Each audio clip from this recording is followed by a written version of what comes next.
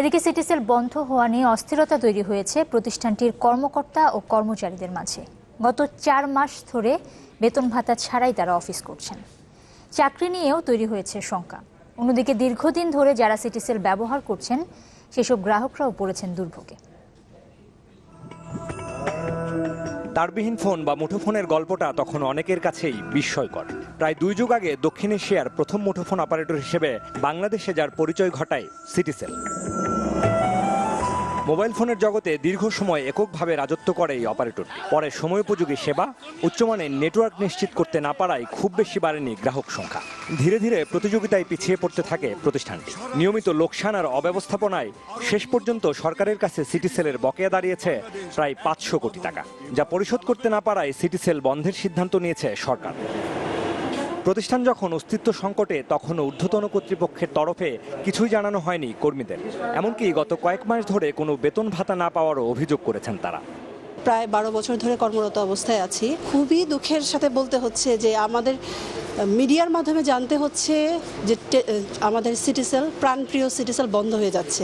Really আমরা অনিশ্চয়তার মধ্যে আছি। আমরা অনেকদিন যাবত হয়তো আমরা পেমেন্ট পাচ্ছি না, স্যালারি পাচ্ছি না, খুব অসুবিধার মধ্যে আমাদেরকে থাকতে হচ্ছে। সমস্ত সুযোগ সুবিধা থেকে আমরা বঞ্চিত আছি, যাতে কোম্পানি সচ্ছল থাকার পরে জানি ম্যানেজমেন্ট আমাদের এগুলো বহন করে। বিপাকে আছেন সিটিসেল ব্যবহারকারীরাও। প্রতিষ্ঠানটি বন্ধ হচ্ছে কিনা তা জানতে গ্রাহকরা যোগাযোগ করছেন কাস্টমার কেয়ারে। গভর্নমেন্ট আবার করেছেন যে আগামী 1 সপ্তাহের মধ্যে অন্য কোনো অপারেটরের ডাইভার্ট হতে। এই জন্য আজকে মূলত আমি এখানে এসেছি। জানাশোনা নম্বরটা অনেক জায়গায় চলে গেছে, সবাই আমাকে এই নম্বরে চাইবে, তখন পাবে না, তখন সবাই ব্যবসায়িকভাবে ক্ষতিগ্রস্ত হবে, আপনি ব্যক্তিগতভাবে ক্ষতিগ্রস্ত হবে। এ নিয়ে আজ ঊর্ধ্বতন কারো বক্তব্য পাওয়া না গেলেও মঙ্গলবার টেলিফোনে প্রতিষ্ঠানটির প্রধান নির্বাহী কর্মকর্তা জানিয়েছিলেন বকেয়া পরিশোধ সহ এই বিষয়ে সরকারকে ব্যাখ্যা দেবার কথা।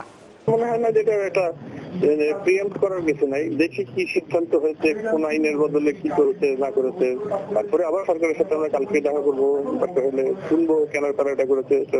সলিউশনটা আসতে হবে। বিশ্লেষকরা বলছেন বন্ধ না করে সরকার চাইলে সিটিসেল কর্তৃপক্ষের সাথে আলোচনা করে অন্তর্বর্তীকালীন কোনো ব্যবস্থা নিতে পারে। আমার মনে হয় যে সরকারের উচিত হবে কোম্পানির ঊর্ধ্বতন কর্তৃপক্ষের সাথে বসা, তাদের পরিকল্পনা শোনা এবং পরিকল্পনা যৌক্তিক অযৌক্তিক সেই বিচারটিও বোঝা, এবং যদি তারা আগ্রহী হন, সময় চান এগুলো পেমেন্টের ব্যাপারে, তাহলে সুনির্দিষ্টভাবে সময়কাল দিয়ে তাদেরকে এই সুযোগটি দেয়া, পেমেন্টের ক্ষেত্রে আমার মনে হয় যে সুযোগটি দেওয়া। সিটিসেলে বর্তমানে নিয়মিতভাবে চাকুরিরত আছেন 6 থেকে 700 কর্মী। বাবু কামরুজ্জামান, চ্যানেল 24, ঢাকা।